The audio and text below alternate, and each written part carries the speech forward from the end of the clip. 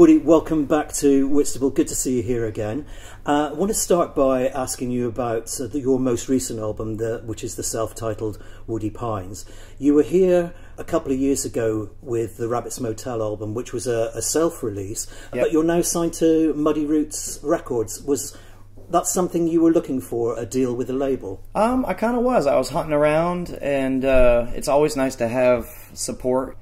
I mean, as sad as it is, just trying to raise the money to get into a studio, you know, and on the road, you're always spending. So I was searching around labels, you know, Bloodshot and this and that, and then out of the blue, Jason at Muddy Roots wrote me and said, "Hey, if you're looking to sign on a label, we'd be interested." And they've picked up your catalogue as well. That's right. They it's always been a struggle to get all the backlog out and everything. Yeah. You know, it's huge amounts of overhead. They decided to put everything out on CD and eventually on the vinyl, because the label's real into. They have a record and a vinyl club that they sell all over the world, and they do singles. You know, And there's such a resurgence of interest in vinyl anyway, and it seems to me that your music, your style of music, really lends itself to the warmth that vinyl can give. Yeah. I've always loved analog, and I mean, even when I was a kid recording on tape recorders, I think those handheld tape recorders sometimes sound better than the digital stuff. We recorded at Sputnik Studios, which is famous for being Jack White's go-to studio, and he's an audiophile. You know, everything is analog with him. And was that the first album you've recorded in Nashville? Half of one album was recorded in a friend's living room in Nashville, the Counting Alligators. Well, there's something about Nashville. Everyone that goes there says it gives you the impetus to want to make music and do a good job. Is that something you found with playing and recording in the city? Yeah, it's sort of like an artist community. Basically, everyone. I mean, you come from these small towns, you know, or I came from a small town where you were the oddball, you know, being a musician, and even to try to make it a living, you were definitely the oddball, and everyone said, no, you can't do it. But then if you go to Nashville, it's everyone is a musician. It's suddenly mainstream. You kind of have to rethink. If you were doing it just to be different, when you get to Nashville, you're not different anymore. So it really makes you rethink everything, and the quality. For example, I think I went to 2 karaoke bars in my entire life until I've been to Nashville. And now it's like a regular thing, but the level of karaoke singing is through the roof. I mean, it's all these top singer-songwriters who kind of go out, and it's a way for them to goof off and have fun. And Nashville's also blamed for, you know, kind of ruining country music and stuff like that. But just like Jason Isbell says, Nashville didn't ruin country music. There's plenty of great hamburger joints in Nashville, and some people still eat at McDonald's, you know. Yes, very true, very true. Well, you're over here on a tour of UK and Ireland, and you've got some dates in mainland Europe. You just seem to be constantly gigging. So were the songs on the Woody Pines album road tested live before you actually went into the studio? Some of them were, and some of them were written. I co-write with Felix Hatfield. He was actually playing washboard last time I was here.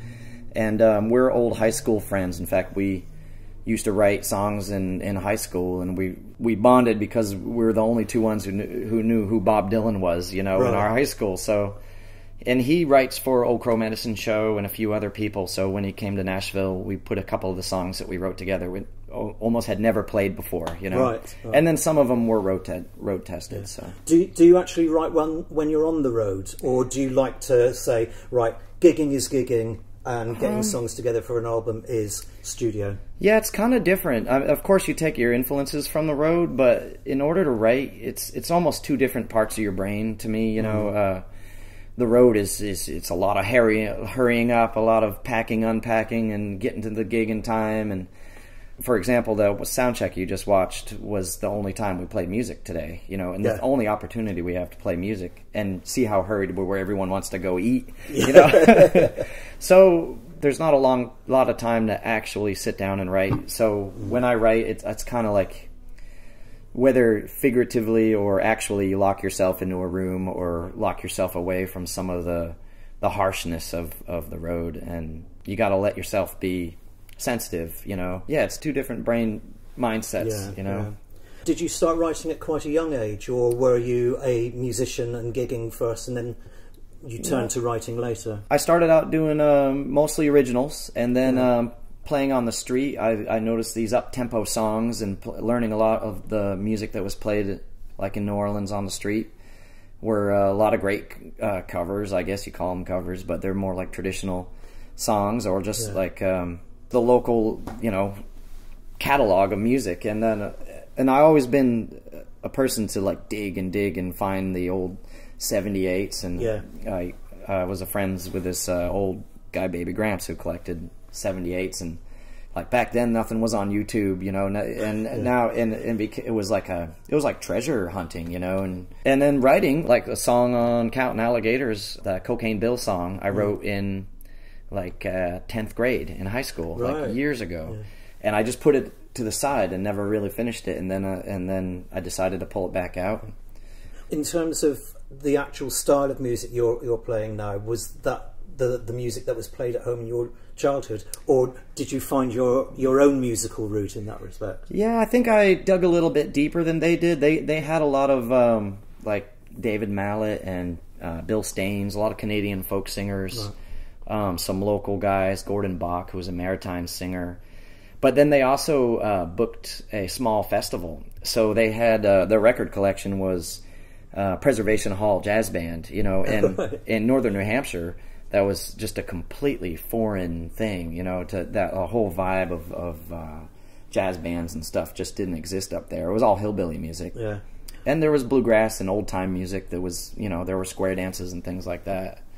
But nowadays, as you say, with things on YouTube, I mean, the whole idea that all music is accessible to anyone if you can be bothered to go out and find it there. Yeah. So to actually come from a background where you might have been seen as the outsiders, is it quite nice to know that you can now come across to England or go to the Netherlands and everyone's much more familiar with the roots of the music tradition that you come from? Yeah, it's great actually, and you find out that like the few songs that you chose, also the Clash chose, and there was like some good ones and there's some bad ones, like I said earlier. So that is really nice. Yeah. I know when Old Brother Where Art Thou came out, that was a big influence in really showing people American music. It was almost another renaissance, I think. And at first I was really protective of the music, because I was like, oh, this is how everyone's going to discover this music, and it didn't quite match up. You hold things tight, and then you realize it's everybody's, and but you're not the first one, you're not the last one. It has opened doors, hasn't it?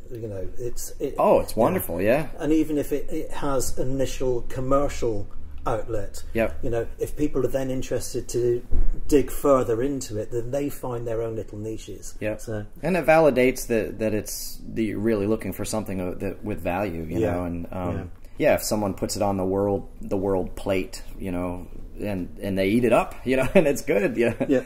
Well, we've caught you probably about 2/3 of the way through the UK tour. You've got a few dates in mainland Europe, and then you're back to the States touring yet again. But then an appearance at Grand Ole Opry with Chris Isaak in a couple of months. Is that your first time on the Opry stage? It's actually, strangely, it's the second time. My very first gig in Nashville ever was playing with Old Crow Medicine Show on that same stage. Right. And I feel like it's almost like full circle in a sense, because I was just a guest with them, but I got a taste of the backstage high production value, with cameras going everywhere. It was on CMT and all the makeup people and things like that. And I doubt we'll have that with Chris Isaak, but it's going to be great to be back there and remember 5 years ago or 6 years ago when I was with the Crows, and I was so starstruck when I was with the Crows. I never thought I would be there with my own band, and now I'm there with my own band, and it's our biggest gig of the year, 40,000 people, and it's selling really good. And of course, Chris Isaak puts on an amazing show. Yeah, sure. What was it like when you first walked out onto the stage? It was I've never been in front of a crowd that big, or it was mind blowing. You get up there and you kind of there's an invisible breeze of sort of energy from the audience. The intimate shows, you play in little pubs, honestly feel better because you're all tight in a little room, and the sound is real honest. It's coming acoustically right out of the instruments.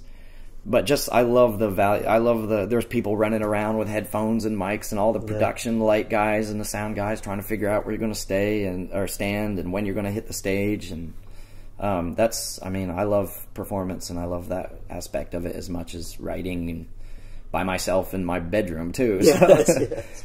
Well, we can't promise you an audience of 40,000 at the Oyster Stores, but yet again, you've got a sellout here. And we're glad to see you back at Whitstable, and let's hope this isn't the last time. Oh, absolutely. Thank you. Yeah, it was an honor to be invited back. I remember the gig last time, and it was great. One of my favorite gigs of the tour. So, well, Woody, thanks very much for talking to us. Yeah, thank anyway. you. Cheers. Yeah.